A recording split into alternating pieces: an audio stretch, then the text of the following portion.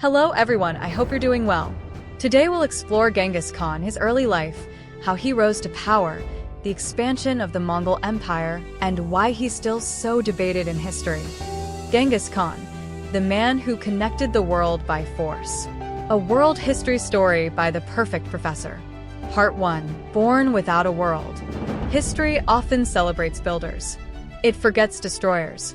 And yet, sometimes destruction is what reshapes the world most deeply. No figure represents this contradiction more clearly than Genghis Khan. He burned cities. He slaughtered millions. He erased kingdoms. And in doing so, he connected civilizations that had never truly met before. A world before connection. Before the 13th century, the world was fragmented. China looked inward. The Islamic world traded east and west, but cautiously. Europe remained provincial and isolated. Trade existed, but it was slow. Ideas moved, but reluctantly. The world had regions, not a system. That would change, violently. Born into nothing. Genghis Khan was not born powerful. He was born as Temujin into hardship. His father was poisoned. His tribe abandoned him. His family starved. He grew up hunted, humiliated, and betrayed. In the steppe, survival was the first lesson. Mercy was the second thing you lost. The steppe shapes its children. The Mongol steppe was unforgiving. No woods. No cities. No abundance. Only movement, loyalty, and strength. Life taught a brutal truth. Power comes from unity. Disunity means death. This environment produced warriors, not philosophers. But it also produced strategists. Loyalty over blood. Temujin learned early that lineage meant nothing if it failed you. Traditional tribal hierarchy had abandoned him. So he rejected it. He built loyalty not on blood, but on merit. If you were loyal, you rose. If you betrayed, you vanished. This single principle would dismantle centuries of tribal tradition. A new kind of leader. Temujin did not rule like a Khan. He listened. He rewarded ability. He punished treachery without hesitation. Warriors followed him not because he was noble, but because he was effective. In the steppe, effectiveness is authority. From survival to ambition. At first, Temujin wanted safety, then revenge, then dominance. As tribes fell under his command, something larger emerged. Unity. For the first time, Mongol clans stopped fighting each other. They turned outward. And when steppe warriors stopped fighting themselves, the world should worry. Why the world was unprepared. Civilizations had walls. Mongols had mobility. Civilizations had armies bound by supply lines. Mongols lived off the land. Civilizations fought seasons. Mongols fought relentlessly. No one had faced an enemy like this before. A name that meant destiny. When Temujin united the Mongol tribes, he took a new name, Genghis Khan. It did not mean king. It meant ruler of all. This was not arrogance. It was intention. Professor's reflection, destruction as a catalyst. Genghis Khan did not set out to connect the world. He set out to survive. But survival, when scaled, becomes domination. And domination, when unchecked, rewires history. Sometimes, the bridges between civilizations are not built with diplomacy. They are carved through fire. Part 2. The war machine no one could stop. Civilizations often believe their enemies will resemble them. Armies facing armies. Cities besieging cities. Wars fought by familiar rules. The Mongols shattered that assumption. What they brought was not just violence. It was a system. Mobility as power. The Mongol army was not large by imperial standards. It was fast. Every warrior was a rider. Every rider was an archer. Every unit could move independently for weeks. They did not rely on supply lines. They carried their lives with them. Against static cities and slow armies, this mobility was devastating. Command without confusion. Mongol forces were organized with precision. Units were divided decimally, tens, hundreds, thousands. Orders were clear. Discipline was absolute. Punishment for disobedience was immediate. There was no debate in battle. Speed demanded obedience, merit over nobility. Unlike feudal armies, Mongol commanders earned rank. Birth did not protect incompetence. Talent was rewarded ruthlessly. This created loyalty deeper than fear. Men followed leaders they trusted to survive. And survival was the highest currency. Psychological warfare. The Mongols did not rely only on arrows. They relied on reputation. Cities were offered a choice: surrender and be spared, resist and be erased. Those who surrendered often lived. Those who resisted became warnings. Terror traveled faster than cavalry. By the time Mongol armies arrived, many cities were already defeated mentally. Adaptation without pride. The Mongols had no cultural arrogance. They did not insist on fighting their way. They learned from everyone. Chinese siege engineers were captured and employed. Persian administrators were preserved. Local knowledge was absorbed. Conquest became education. This flexibility made them unstoppable. Speed that paralyzed response. Civilizations moved slowly. Mongols moved relentlessly. By the time one city fell, the next was already threatened. There was no time to regroup, no time to plan, no time to adapt. Empires collapsed not because they lost battles, but because they lost time. Why walls failed? Walls had protected cities for centuries. Against Mongols, they became traps. Siege techniques improved rapidly. Defenders were isolated. Relief forces never arrived in time. A city behind walls could be surrounded, starved, and psychologically broken. Mobility defeated fortification. The cost of resistance. When cities resisted, destruction followed. Populations were slaughtered. Libraries burned. Infrastructure erased. This brutality was not random. It was strategic. One destroyed city saved the Mongols from fighting 10 others. Fear became efficiency. A new kind of warfare. The Mongols did not wage war for glory. They waged it for submission. Victory was measured by compliance, not occupation. Once submission was achieved, administration followed. The goal was control, not endless fighting. Professor's reflection: when war becomes system. The Mongols were terrifying not because they were savage, but because they were organized. They turned violence into logistics, fear into policy, speed into dominance. This is what made them unstoppable. And this is why the world would soon be forced into connection. Part 3. The destruction that opened the world. The Mongol conquests are remembered for fire and blood, but their most enduring impact followed the devastation. When resistance ended, something unexpected began. Order. Collapse before connection. The Mongols did not slowly integrate regions. They shattered them first. Established powers fell rapidly. Northern China, Central Asian kingdoms, major Islamic cities. These regions had long resisted one another. Borders hardened. Trade slowed. Knowledge stagnated behind political fear. Destruction removed barriers. Violently but completely. The end of fragmented control. Before the Mongols, trade across Eurasia was dangerous. Caravans crossed hostile territories. Customs multiplied. Bandits thrived. Local rulers exploited merchants. Movement existed, but it was fragile. After conquest, the old patchwork of control vanished. One authority replaced many, the Pax Mongolica. Under Mongol rule, trade routes stabilized, not because the Mongols were benevolent, but because they understood profit. Merchants were protected. Banditry was punished severely.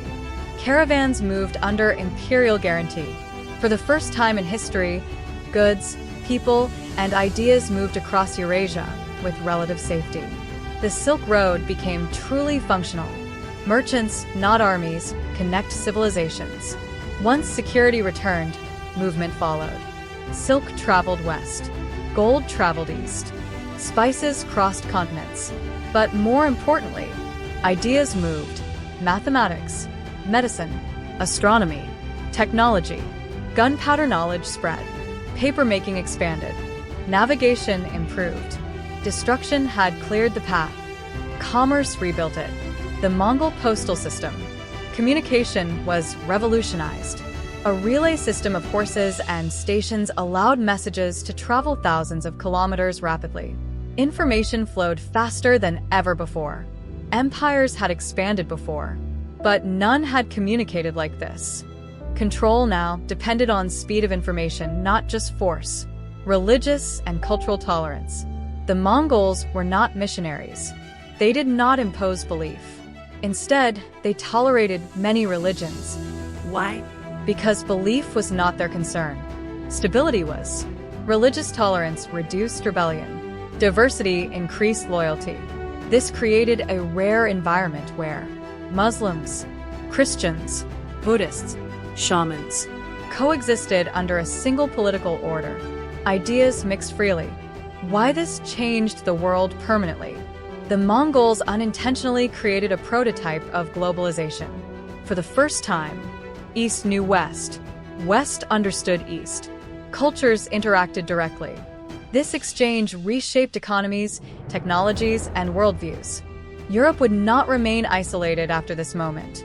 Neither would Asia. The cost of connection. This connection came with a price. Disease traveled along the same routes as trade. The Black Death would later follow these paths westward. Connection amplifies everything, good and catastrophic. The Mongols did not just connect markets. They connected consequences. A paradox of history. The Mongols destroyed cities, but they unified continents. They ended worlds and created a shared one. History rarely offers clean heroes or villains, only forces. And this force reshaped humanity's trajectory. Professor's reflection: when ruined becomes a bridge. The Mongols remind us of an uncomfortable truth. Connection does not always come from cooperation. Sometimes it comes from collapse. By tearing down walls, literal and political, the Mongols forced the world into contact. And once connected, it could never return to isolation. Part 4. Ruling without belonging. Conquest is easy compared to governance. Many empires expand rapidly, then collapse under their own weight. The Mongols faced a unique problem. They ruled almost everyone, but they belonged nowhere. An empire without a homeland. The Mongols did not conquer to settle. They conquered to control. Their strength came from mobility, not cities. Their identity came from the steppe, not walls. As their empire expanded, a contradiction emerged. How do nomads govern farmers, merchants, scholars, and cities without becoming them? The Mongols answered pragmatically. They did not pretend to know everything. They outsourced. Administration by adoption. Rather than impose Mongol customs everywhere, they preserved local systems. Chinese officials governed China. Persian bureaucrats ran Persia. Islamic judges ruled on Islamic law. The Mongols sat above these systems. They demanded loyalty, taxes, and order. How those goals were achieved was flexible. This was not tolerance born of kindness. It was efficiency. Law above blood. The Mongols enforced a strict legal code that applied to everyone, including Mongols. The law punished theft, betrayal, and disobedience ruthlessly. But it also protected merchants, envoys, and religious figures. Predictability mattered more than mercy. People could survive under Mongol rule if they followed rules. Arbitrariness, common in many empires, was minimized. Fear was consistent. Consistency created stability. Religious neutrality as strategy. The Mongols practiced a form of religious neutrality rare for their time. They patronized multiple faiths, not because they believed all religions were equal, but because religious conflict threatened order. A divided population was harder to govern. By allowing belief without preference, the Mongols reduced rebellion. Faith was personal. Obedience was universal. Elites over populations. Mongol governance focused on controlling elites, not micromanaging populations. Local leaders were monitored, rewarded, eliminated if disloyal. Common people were left largely undisturbed as long as taxes flowed and peace held. This minimized administrative burden. It also reduced resentment. Most people experienced Mongol rule indirectly through familiar local authorities. Why the Mongols never assimilated. Unlike Rome or China, the Mongols did not attempt cultural integration. They did not impose language. They did not spread customs. They did not rewrite identities. This preserved their dominance, but limited their future, because civilizations that rule without assimilating rarely endure. The Mongols controlled the world. They did not become it. Division within success. After Genghis Khan's death, the empire expanded further, but unity weakened. Regional rulers gained autonomy. Cultural separation increased. Coordination slowed. The same flexibility that enabled rapid expansion made fragmentation inevitable. An empire built on cooperation needs shared identity to survive. The Mongols never developed one. Professor's reflection: control is not belonging. The Mongols mastered control. They never mastered continuity. By ruling without belonging, they created a system that functioned brilliantly, but briefly. Their empire connected the world, but it could not hold itself together forever. Part 5. The death of Genghis Khan and the fracturing of power. Empires built on momentum face a final test when momentum stops. For the Mongol Empire, that moment came with the death of its founder, Genghis Khan. He left behind the largest contiguous land empire the world had ever seen. He also left behind a question no conqueror can escape. Can an empire survive without the force of the person who created it? An empire without its architect. Genghis Khan's authority rested on more than fear. It rested on personal loyalty, strategic brilliance, absolute legitimacy earned through victory. When he died, none of his successors could replicate all three. The empire did not collapse immediately, but the glue was gone. Division was built into the system. The Mongol Empire had been designed for expansion, not permanence. Territory was divided among heirs. Command was decentralized. Local rulers gained autonomy. This made conquest easier. It made unity fragile. After Genghis Khan, the empire functioned less like a single entity and more like a federation of power centers. The rise of regional empires. Over time, the Mongol world fractured into distinct khanates. Each region adapted differently. Some embraced local culture. Some converted to local religions. Some built cities and administrative states. The Mongols began to transform, from conquerors into rulers.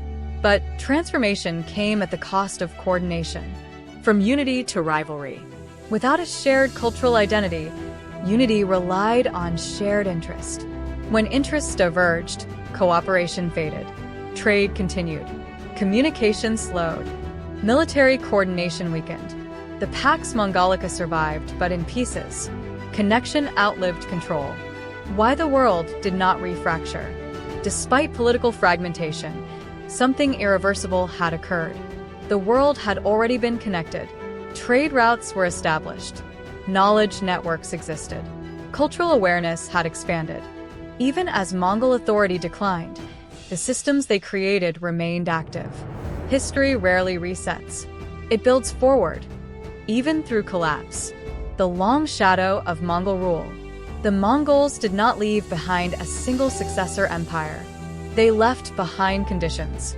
Conditions that allowed Europe to access Eastern knowledge, Asia to engage Western trade, technologies to spread rapidly, diseases to travel globally. This was the beginning of a truly interconnected world. A different kind of legacy. Genghis Khan is remembered for destruction, but his deeper legacy lies elsewhere. He did not build institutions that endured for centuries. He built pathways, and pathways change history quietly, long after empires fall. Professor's reflection: when power ends but effects continue. The Mongol Empire teaches us a crucial lesson. Control can disappear overnight. Consequences cannot. The empire fragmented, but the world it created did not. Connection, once forced into existence, refused to die. Part 6. The world Genghis Khan created. History often asks the wrong question about Genghis Khan. It asks whether he was a hero or a villain. That question misses the point. Genghis Khan was a force. And forces do not ask permission before reshaping the world. A world before and after. Before the Mongols, the world existed in fragments. Civilizations knew of one another, but rarely touched directly. Trade was cautious. Knowledge moved slowly. Fear guarded borders. After the Mongols, that fragmentation ended. Not peacefully, not gradually, but permanently.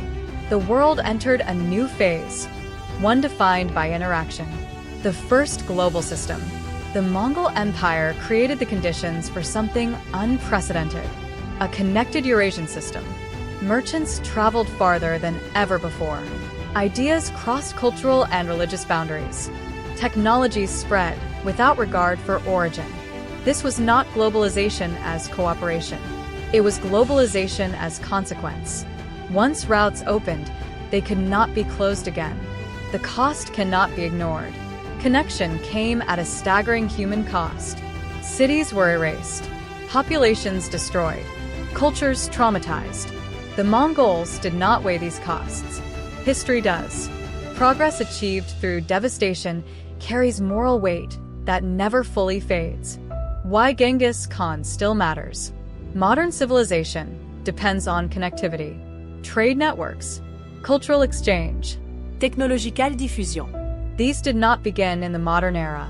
They began when the Mongols forced the world into contact. Whether we approve or condemn the method, we live in the result. A legacy without comfort. Genghis Khan left no philosophy promising peace. He left no ethical framework for justice. He left infrastructure, Paths. Routes. systems of movement.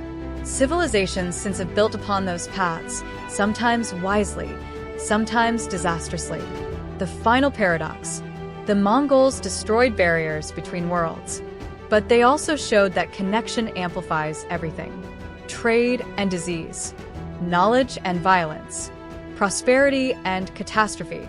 A connected world is powerful. It is also fragile. What this teaches the present. Genghis Khan forces us to confront an uncomfortable truth.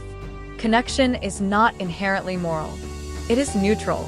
What matters is how power chooses to use it. The Mongols connected the world by force. Modern humanity connects it by choice. The responsibility is ours. Final reflection. When history has no villains, only consequences. Genghis Khan did not set out to build a global system. He set out to survive, dominate, and rule. History transformed that ambition into something larger. The world he created outlived his empire, outlived his heirs, outlived his name as a ruler, but not as a turning point. Closing words from the perfect professor. History is not shaped only by those who build gently. Sometimes, it is reshaped by those who break everything first. Genghis Khan connected the world not because he wanted unity, but because his force made isolation impossible. Lessons from the past. Stories for the present. Before we end, I have a question for you. Do you see Genghis Khan more as a great leader or a ruthless conqueror, and why? Comment below. That's all for today's video on Genghis Khan. Thanks for watching, and I'll see you in the next video.